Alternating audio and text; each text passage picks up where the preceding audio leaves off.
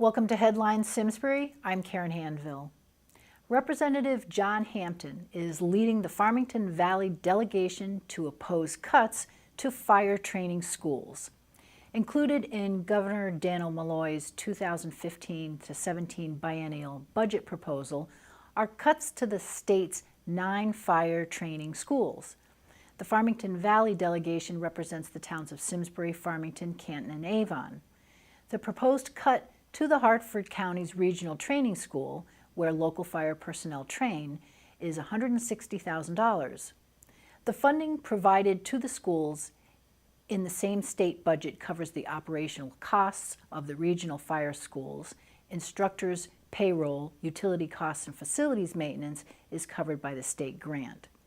The proposed cuts would require the schools to increase tuition fees. The program, which today costs between $600 and $700, would jump to between $2,000 and $2,700, a cost that would be borne by municipalities. Hampton commented, quote, "A firefighter's work is vital to our public safety. We have an obligation to make sure that they are trained properly to not only prevent injury to themselves, but to others," unquote. The Simsbury Volunteer Fire Department has hosted an annual fisherman's breakfast every year, and this year is no exception. Be sure to come with a good appetite on Saturday, April 11th to the Firefighters Clubhouse at 30 Town Forest Road in West Simsbury. You can start eating at 4:30 a.m. until 10 a.m. The cost is $8 for adults, $6 for children 12 years of age and under. This event will be held rain or shine.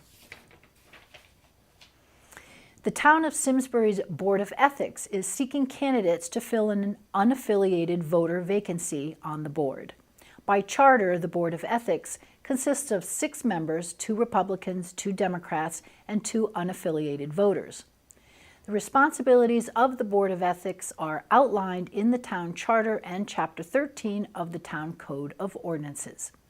Interested unaffiliated voters are asked to submit a letter outlining their qualifications for the position to Thomas Cook via email at tcook@simsbury-ct.gov or by regular mail to Tom Cook, Director of Administrative Services, 933 Hot Meadow Street, Simsbury 06070 by 4:30 p.m. on April 17th. The Simsbury Police Department, Simsbury Social Services, and the Simsbury Public Schools are sponsoring a presentation about drug use on Thursday, April 9th at 7 p.m. in the Simsbury High School auditorium. The program, You Can't Stop What You Don't Know, is about illicit drug use, prescription drug abuse, alcohol abuse, and underage drinking. This program affects all communities, with young people in particular at greater risk for abuse. It is imperative to have a current awareness of what drugs are common and available in our community, as well as the current trends for use and abuse. This program is open to any adult who resides or works in Simsbury. The guest speaker, Officer Jermaine Galloway, is a nationally and internationally recognized speaker and is well known for his countless hours of research on alcohol and drug trends. After attending Officer Galloway's presentation, you will know what types of drugs are likely present in our community, how the drugs are being abused, the signs or indicators of drug abuse, and the knowledge to stop it. Each and every adult in our community has a role in the prevention of drug and alcohol abuse. For further information about the presentation, you can contact the School Resource Officer Tim May at 860-658-3170. The Simsbury Police Department and Simsbury Social Services Department are sponsoring a Shred event on Saturday, April 18th from 9 a.m. to 1 p.m. If you have papers and documents that you would like to have shredded, you can bring a maximum of 3 grocery-sized bags per household to the Simsbury Town Hall front lot at 933 Hot Meadow Street. This event is for Simsbury residents only. If you have any questions, you can call Officer Lauren Devon at 860-658-3131. The Theater Guild of Simsbury is sponsoring a Readers Theater Afternoon on Sunday, April 12th at 2 p.m. in the Simsbury Library Program Room. A full-length murder mystery, which is really a comedy, The Psychic by Sam Bobrick, will be read by veteran actors. There will be punch and cookie reception during intermission. This is free to attend, but you should call the library to reserve your seat at 860-658-7663. The town of Simsbury is seeking nominations for this year's Hometown Hero Awards. Since 1986, Simsbury designates and recognizes outstanding individuals for their service to the community. All nominees must be a Simsbury resident or someone that is active in the Simsbury community or who lived in Simsbury during the time period that is under consideration. The nominee must have demonstrated selfless and altruistic behavior which contributes significantly to the betterment of Simsbury. Their deed or action performed inures primarily to the town of Simsbury, although not necessarily exclusively, and that individual or group nominated shall not be a member of town staff nor a sitting elected or appointed official. Nor shall the hero have benefited economically from his or her endeavors.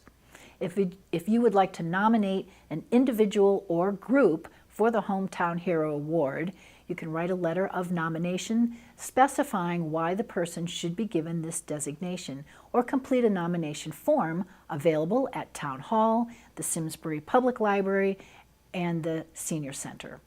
Nominations must be submitted by April 23rd to the Simsbury Hometown Hero Selection Committee at the Town of Simsbury, P.O. Box 495, Simsbury 06070.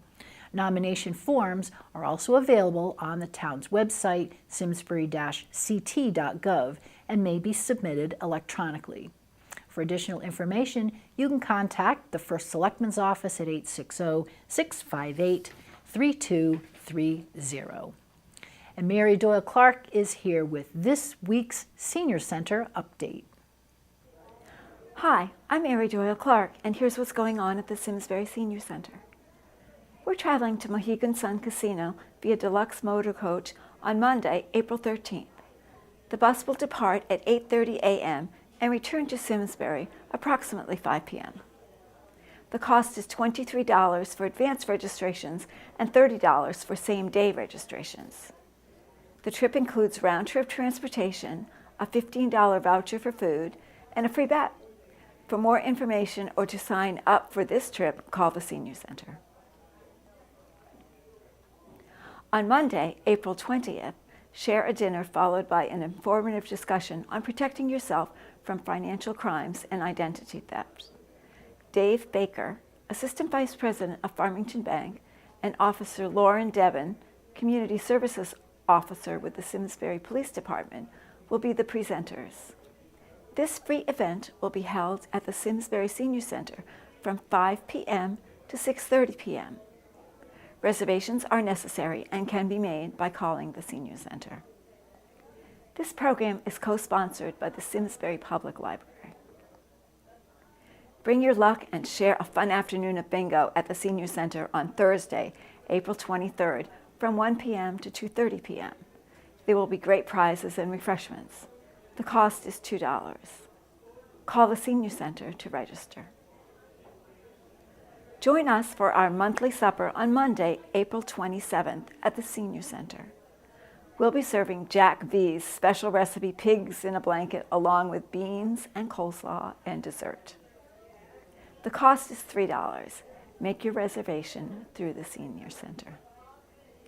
The Simsbury Senior Center is located at 754 Hot Meadow Street in the Eno Memorial Hall building. Our hours are Mondays, 8:30 a.m. to 7 p.m., Tuesday through Thursday, 8:30 a.m. to 4:30 p.m., and Fridays, 8:30 a.m. to 1 p.m. Call us at 860-658-3273 for additional information or go to our website. Thanks for watching. See you at the Senior Center.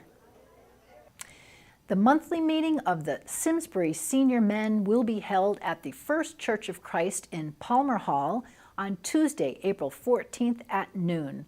Lunch is available for $8. After the luncheon, Dr. Richard Saucier will speak on the topic Small Device, Big Miracle. For more information, you can contact Dan Woodbury at 860-658-7996. If you are over the age of 60, chances are you're taking 6 to 8 medications a day, and some of those medications may be working against each other.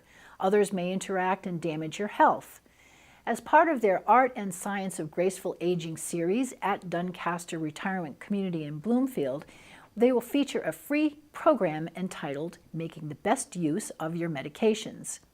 People over the age of 60 use 33% of all prescription medications and 41% of all over-the-counter medications. They are particularly vulnerable to adverse drug incidents due to age-related physical changes. These can decrease the drug's ability to work or maybe even intensify their effects. Even small doses of medications taken over long periods of time can cause profound effects. Those over the age of 85 can have even more severe reactions. Dr. Kirkatody advises seniors to review all of their medications, including prescriptions, over-the-counter medicines, and supplements with their doctors every year. This is a free program, but pre-registration is required. The session begins at 3 p.m. on Thursday, April 23rd. For more information or to register, you can contact Fran at 860-380-5006 or email her at fkent@doncaster.org. This year, Earth Day is Saturday, April 25th, and Ameriprise of Simsbury is sponsoring a free electronic recycling event from 9 a.m. until noon. Bring your unwanted televisions, monitors, laptops, printers, and other unwanted electronics to their office at 963 Hot Meadow Street. If you have questions about any items that you might want to bring, you can call Joanne at 860-651-5969. The Simsbury Women's Club is accepting applications from vendors for their 46th Annual Arts and Crafts Festival on September 19th and 20th. The annual festival is held on Iron Horse Boulevard with many exhibitors and lots of food. You should mark your calendars now. For artisans, the jurying dates are June 1st, July 20th, and August 24th, and applications can be found on the Women's Club website, simsburywomensclub.org. And if you have any other questions, you can call Madeline at 860-658-5982. Melissa Brett is here to talk about mice. Hello, my name is Melissa Brett. My husband John and I own and operate Weldon Hardware here in the center of Simsbury on Station Street. Spring is a time where we all deal with not only melting snow and mud, but mice. There are many products that you may see on store shelves for taking care of these little pests, but it can be confusing, and that's what I'll be sharing with you today. First of all, you should try to eliminate any mouse issues you have in your home or office. Rodents can lead to aggravated asthma as well as spreading diseases, such as salmonella and trichinosis. Mice can also be very destructive. They can eat through cardboard, wood, plaster, and even plastic. We have seen them gnaw through electrical wires in houses, cars, and lawnmowers, causing hundreds of dollars of damage and potential electrical fires. If you're not sure that you even have just one mouse, there are a few tips that you can do to check. The most obvious is to look for mouse droppings in areas where there is food and water. If you hear scratching in the walls or your dog or cat is pawing excitedly at the walls or maybe underneath your fridge, that's another clue. But if you're not sure where the mice are, an old trick is to sprinkle a little baby or talc powder in the areas that you suspect. And if you see small footprints or tail drag marks, you have found them. So what can you do if you know you have even one mouse in your house? There are basically 4 different types of mouse treatments you can use: traps, baits, repellents, and containments. Now, the traditional snap traps are still the most effective, if you don't mind using a trap. There is the old-time wooden spring traps as well as other easier to use ones that won't be a threat to your fingers. If you don't want to see the mouse or have a concern about setting these types of traps, there are covered traps. Electronic ones are also an option, but we have found that certain mice seem to avoid them due to the low emitting electronic pulse it may be setting off. And a trick we tell people is that don't use cheese to set your traps. Use a large nut coated in peanut butter. The peanut butter will attract the mouse, but the nut will give a little substance for it to set the trap off. Now, if you don't want to set a trap, or you won't even see them, there are mouse baits and poisons available. The traditional green pellets have been voluntarily discontinued by manufacturers last year due to the claims that they have posed risks to children, pets, and wildlife. But there are other forms of baits still available on the market. Many of them now are in the form of a small block, so the mouse needs to nibble on the bait in order to eat the poison. And many of them are weather resistant, so you can put them in your garage, shed, or porch. A newer area of mouse removal is repellents. Now, traditionally, a cat is the best form of a repellent, but for those who don't have a cat, repellents come in many forms. The least odorous ones we know of is called Mouse Magic. This product is an all-natural and can last up to 30 days. It looks like an oversized tea bag, and it's made up of different mint oils. There are also electronic repellents that either emit an ultrasonic sound to repel the mice or use the wiring in your home. Now, the one issue with ultrasonic ones is that they are limitedly effective through walls and other solid objects. The pulse technology ones are effective, but you do have to be cautious if you have hamsters, gerbils, or rabbits. The one thing to consider about all repellents is where are you repelling them? Hopefully back outside, but if they can find an easier path away from the repellents, they may stay inside. Now, the last category of mouse traps are containments. These are also known as live traps. They can either be a single animal trap or can house multiple mice. They should be baited, again with our recommended peanut butter on a nut, and checked every day. Once a mouse is in the trap, like a lobster trap, they can't get out. You should release the mouse at least 100 yards away from your house or even further. And once a mouse has set up home in your house or office, they are very resourceful and determined critters to get back to their home. If you have any other questions about mouse deterrents or traps, don't hesitate to ask us. And if you have a topic that you would like featured on this segment, let us know. Visit our website at www.weldonhardware.com. I look forward to the next edition of Headlines Simsbury. Remember, we're at your service. Thank you, and God bless.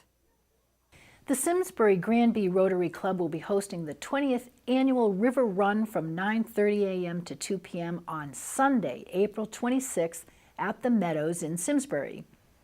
The River Run features a 5K, 10K, and kids 1-mile run, in addition to food, vendors, family activities, and live music.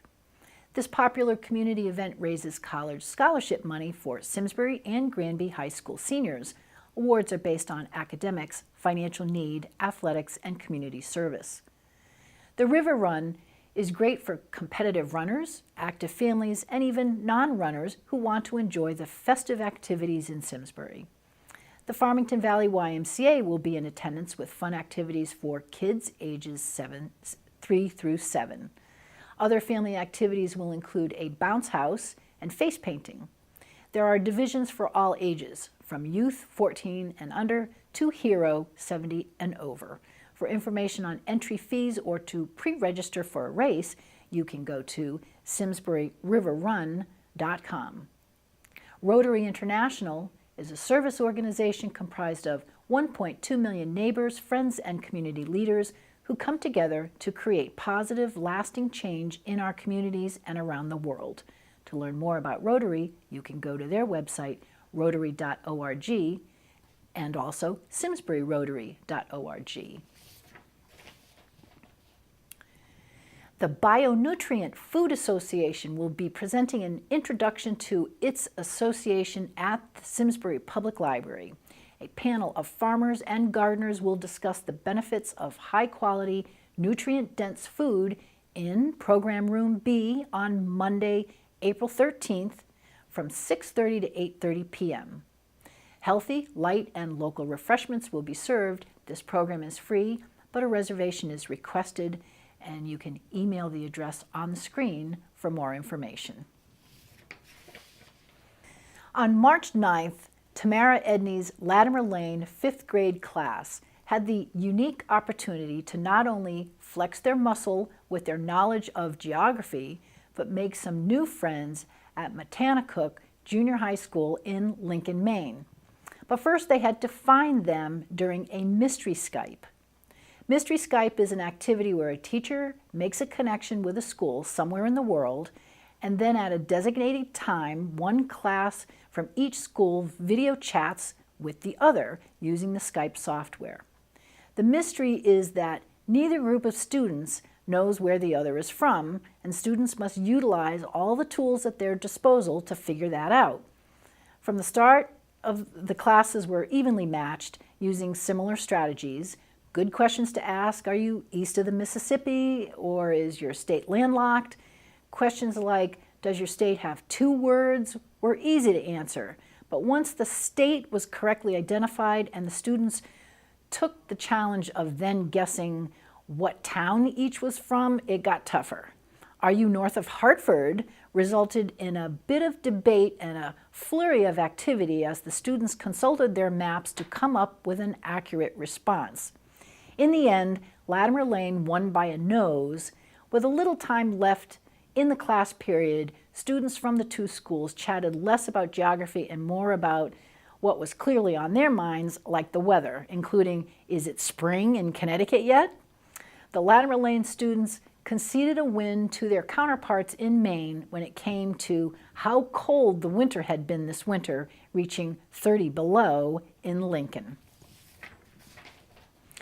The spring school vacation will be here before you know it, and the Simsbury Parks and Recreation Department is all ready for you to sign up your child for Camp Tons to Do, a 3-day baseball skills camp, or the Trojan Baseball Camp. Because these programs fill up so quickly, you want to register soon at simsburyrec.com or by calling the rec department at 860-658-3836. It may be a little early to think about summer just yet, but not if you're looking for a summer job. The Simsbury Parks and Recreation Department will be hiring for summer positions and are looking for camp counselors in training. To see all the job postings, get information, and fill out an application, you can go to their website, simsbury-ct.gov/jobs. Summer positions must be applied for online this year, and job applications will only be accepted until Sunday, April 15th. Counselors in training applications must be submitted on paper and are due by Thursday, April 30th. If you need more information, you can contact the rec department at 860-658-3836.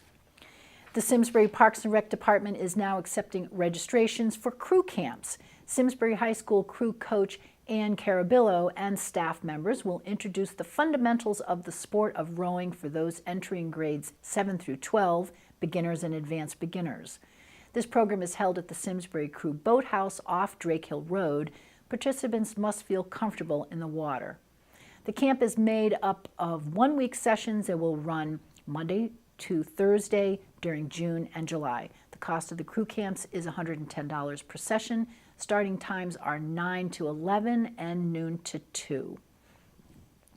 The high school crew clinic is also held at the boathouse and accepts students entering grades 10 through 12 with previous rowing experience, an intermediate level clinic held on Mondays through Thursdays with a cost of $55 per session. There will also be a high school crew conditioning clinic for intermediate rowers entering grades 10 through 12 with previous rowing experience from Mondays to Thursdays in the evenings 6 to 8 p.m. at $55 per session. Non-residents may register for any of these clinics after June 1st. And you can call the rec department at 860-658-3836 or online on their website, simsburyrec.com. Another special camp program. If a child has a parent fighting cancer, can be found at Camp Kesem at Yale. It's part of a national organization that provides a lifelong peer support network to help children ages 6 through 16 through and beyond their parents' cancer. The camp was founded in 2013 and provides a free week-long summer camp experience for children in the Connecticut community. The camp is run by 50 student volunteers and serves 80 campers per year. This year's free summer camp will be August 18th through the 23rd at Camp Laurelwood in Madison, Connecticut. Camper applications and donor information can be found at campkesem.org/Yale. Studio 4A in Building 27 at the Farmington Valley Arts Center is now the new youth classroom, welcoming enrollment and participation to spring break classes and afternoon sessions in visual arts for children. The vibrant first floor space has been under construction since the turn of the year by a team of volunteers, and finishing touches to the classroom are near complete. Farmington Valley Arts Center Spring Arts Adventure program will run April 13th through the 17th and is a half-day program for families seeking arts activities in drawing, painting, sculpting, mixed media, and kiln-fired ceramics. Information on the spring and summer programs are available at the Arts Center website, www.artsfvac.org. Registration forms are also available. Seats are limited for youth in grades 2 through 8, and families are able to select the entire week or individual days for sessions. The Farmington Valley Arts Center is located at 25 Arts Center Lane in Avon Park North, Avon. For additional information, you can call them at 860-678-1867 or visit their website. Check out the SCTV website, simsburytv.org, where you can watch all the programs produced by members of the community. This is your TV station, your local channels. Do you have something to share? How about volunteering here? Send us an email at simtv@yahoo.com and tell us what you would like to see on this channel. That's it for this week. I'm Karen Handville, and we are SCTV, your town, your schools, your government.